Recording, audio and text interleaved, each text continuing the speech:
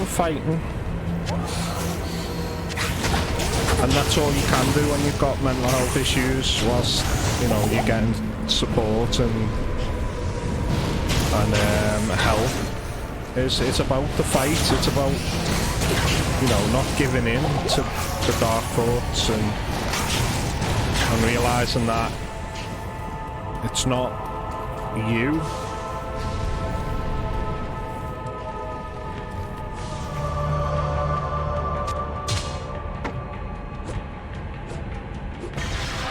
There we go. Oh, we only got a Neff. Shit, that. Right, so that's those two both done now. So, back to town. Yeah. It's a battle. It will always be a battle whilst, you know, I'm not... It's mental health. It's a battle. But it's about fight. It's about remembering there is light at the end of the tunnel. I won't always have to battle, and neither will most people, you know, with, excuse me, mental health problems. You can fight back, and you can come back from it. It's just sometimes it feels like you're lost and there's no way back, and so on and so on, and but there is. You can come back from it. You can become well again, and people just need to remember that. And sometimes it's hard to remember it. It's easy to fall into that trap of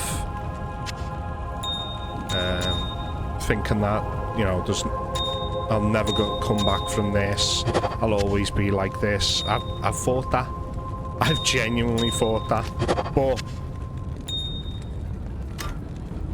I've spoke to experts, and like I've been laughing with the experts because I'm like, it's the same thought process as a lot of people who are going through mental health problems. A lot of people feel like there's no way back from it. There's like, I'll always feel like this for the rest of my life. I'll be like this, you know. I'm no use to anyone. All those thoughts go through every single person, you know, who's suffering.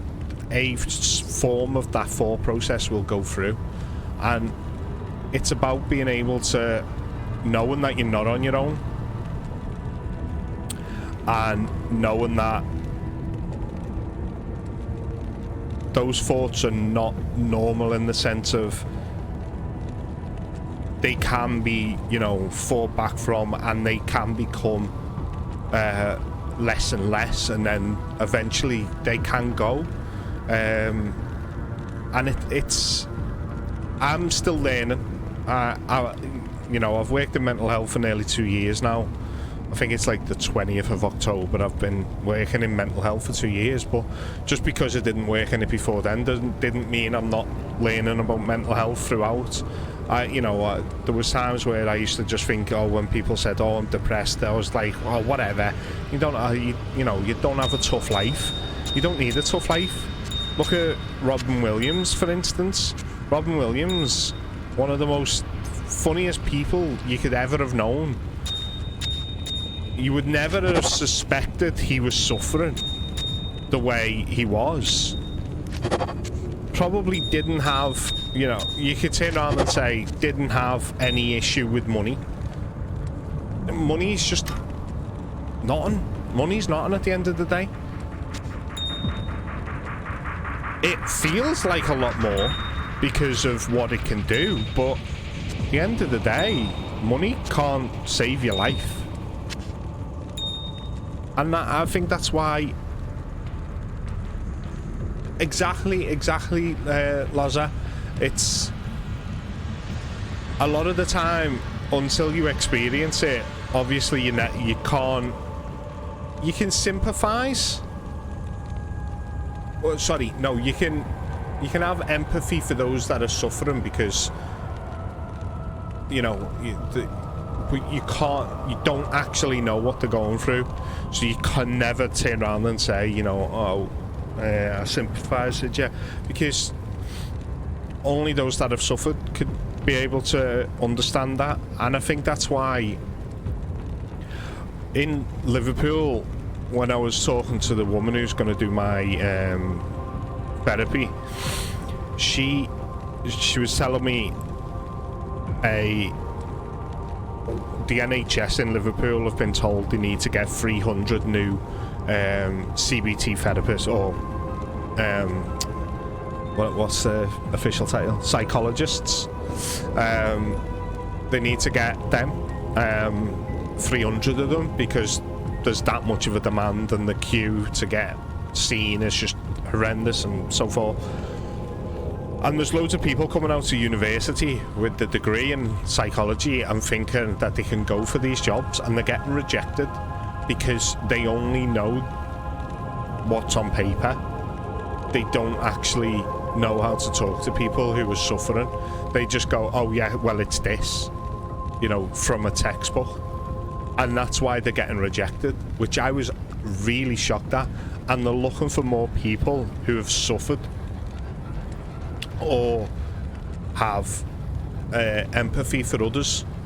So then they're starting to get the jobs instead of people who are trained, which I found really, really interesting, because it's, you know, knowing something out of a textbook doesn't necessarily mean you know what people are going through. And I think that's a huge thing, especially on people's recovery. I think that is huge, because I know a lot of people listen to me when I'm talking about mental health and stuff because they understand that I've been through it, and I'm still going through it, and still but understand what they're feeling and how lonely it can be. And I think that is just absolutely huge, and that gave me a huge boost of confidence in talking about mental health, because, you know, if I can, I'm actually looking at putting a channel reward in for us to talk about, like, give us the inspirational quote of the day kind of thing, but it's like a channel reward, and we just talk about it and why we find it helpful and so forth. And it's the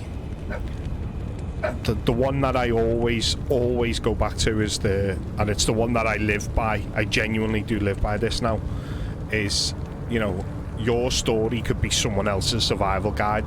I think that is huge. For me, that is a pillar of strength, in that I look at that and go, you know, if I can help one person come back from the brink by saying to them, this is my story, and then they go, well, if he can do it, I can do it, and it gets them away from the ledge. That to me is just huge, genuinely huge for me, and that makes me going through what I've gone through all the worth it, because I've saved somebody, I've gave somebody that little bit of hope to be able to get through what they're going through. So let me just catch up with chat. I took psychology, and the degree is for all. Anyone can hold a book and diagnose you. In my opinion, you don't need education in it. For therapists, that is, of course, not other fields.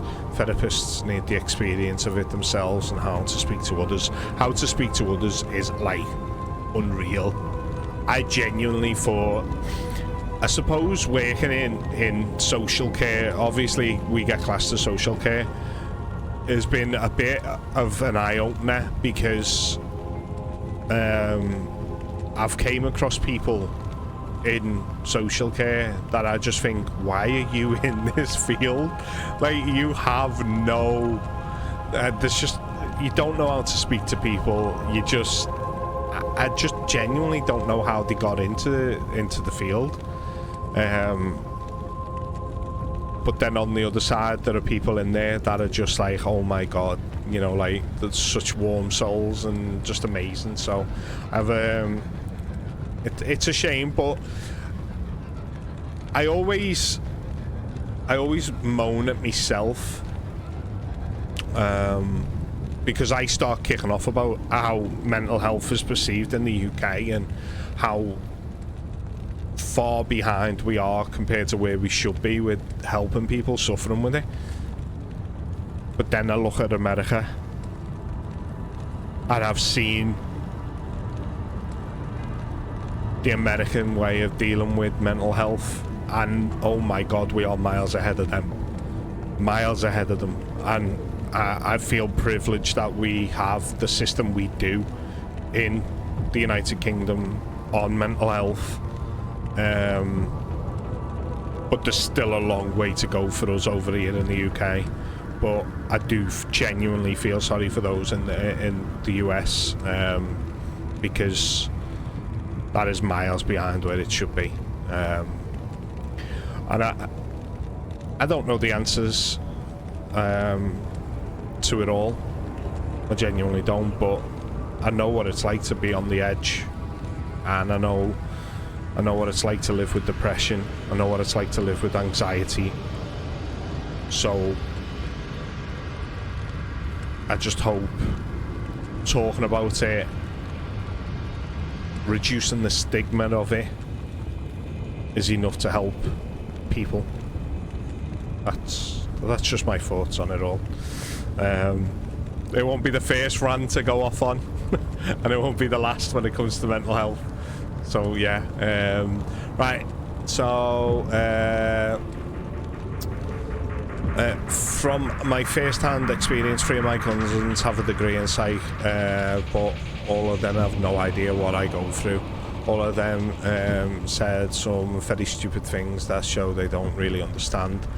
I've been told to do an exposure therapy through CBT, and I'm like, no thanks, but it's actually because I'm more scared of having to open up.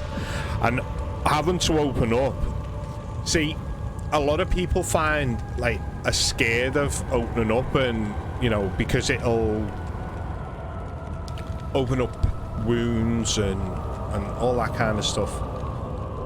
But it also comes down to your therapist and the person you feel comfortable opening up with. And this goes for any sort of therapy out there, like mental health therapy, guys.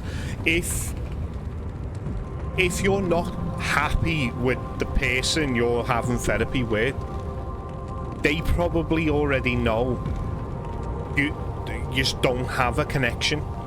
And when it comes to therapy on mental health side, you've got to have a connection, otherwise it's not going to work. But they can't stop the therapy. It's only you can. So if you turn around and said, and everybody should know this, be honest. Be honest with your therapist and just say, I'm really sorry, I'm just not feeling a connection with us. Can I see somebody else? You may have to go back on the waiting list, but that, all you're gonna do is waste weeks and weeks of your life thinking that this therapy is gonna fix you when it's not, because you've not got the right therapist. So just, it's like people come into my stream, they go, oh my god, he's too loud, I don't like him, and switch over. It's the same when it comes to the therapists. You've just got to find the right therapist, guys. So don't give up on if it's not working with the therapist. Always tell them, because like I say, most of them will know there's just no connection between you and the therapist. I've done it. I've done it a few times. I've turned around and said, guys, this is not working with me.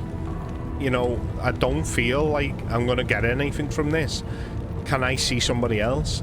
And they've always thanked me for being honest, and that should be the same for anyone.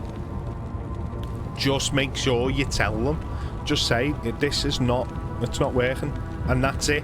and they will be more grateful to you because they want to help as many people as they can, but just, you know, because you're not getting on with that person doesn't mean they have to stop, and you know what I mean. So just never ever ever ever give up on it.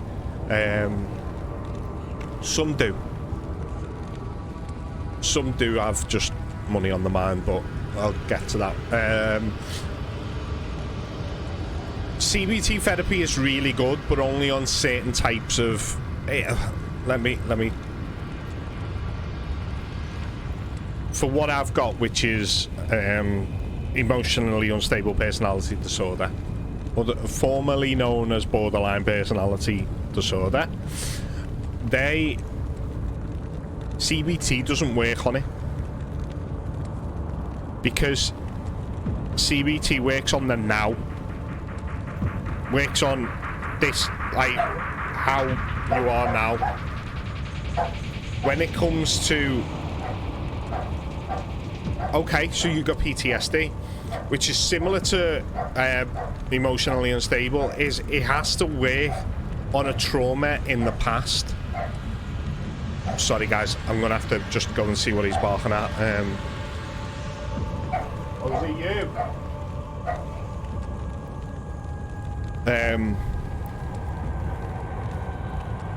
Yeah, so you have to go back to look at your childhood, or no, Amy's just come back in from Clubber Size, so he's kicking off because he couldn't see it in the dark.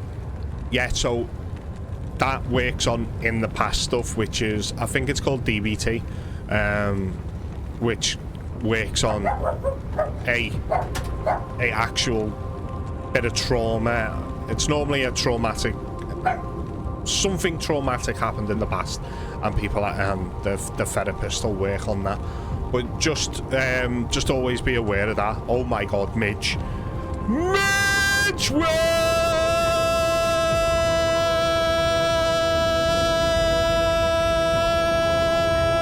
Thank you, Maggie. Look at it! Look. It's Melvin! It's Melvin! See, this is the problem with this.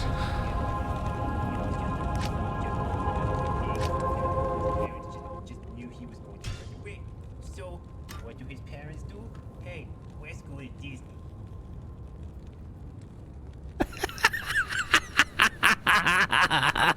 I love Melvin, guys. Poof mixed with Melvin is like just amazing. Absolutely amazing. I love it.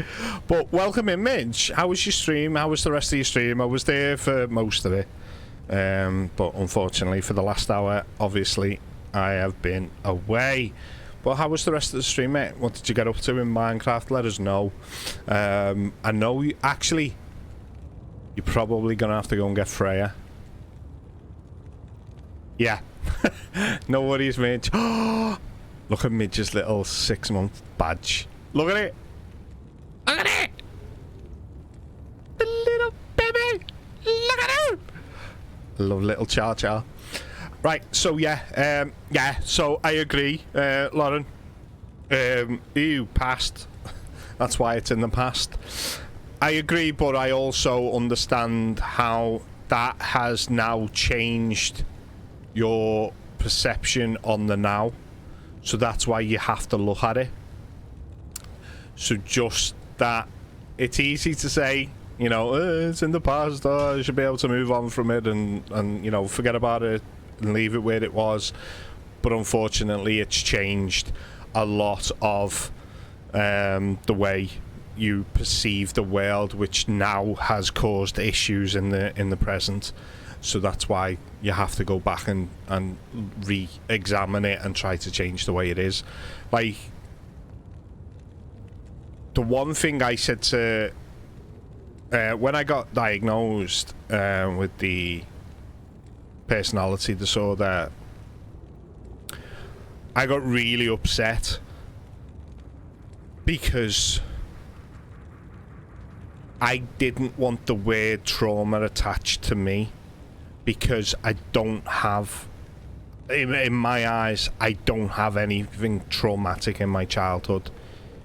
On paper, you look at my childhood and it was a pretty good one, like compared to most.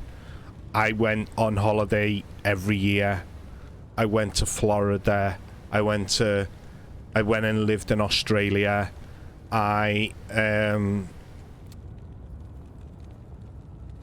So I've been to like Greece, Spain.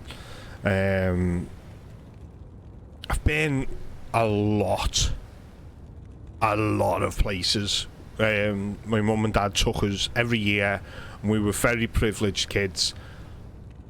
But in the same breath,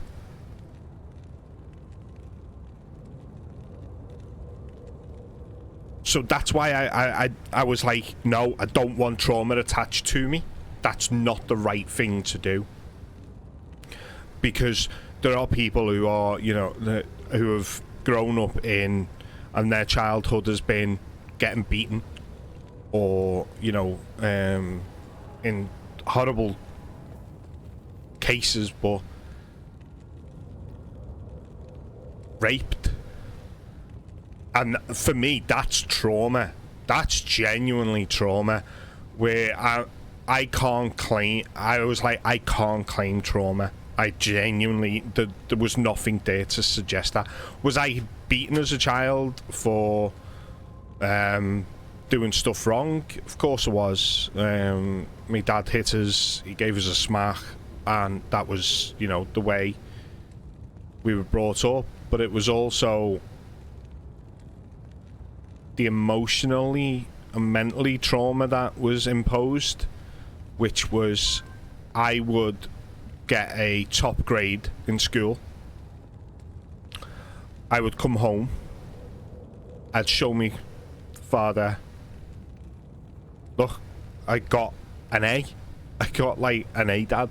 And I remember being so happy about it. You know.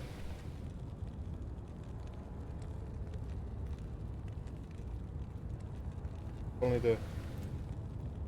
Oh, where the other one is. What?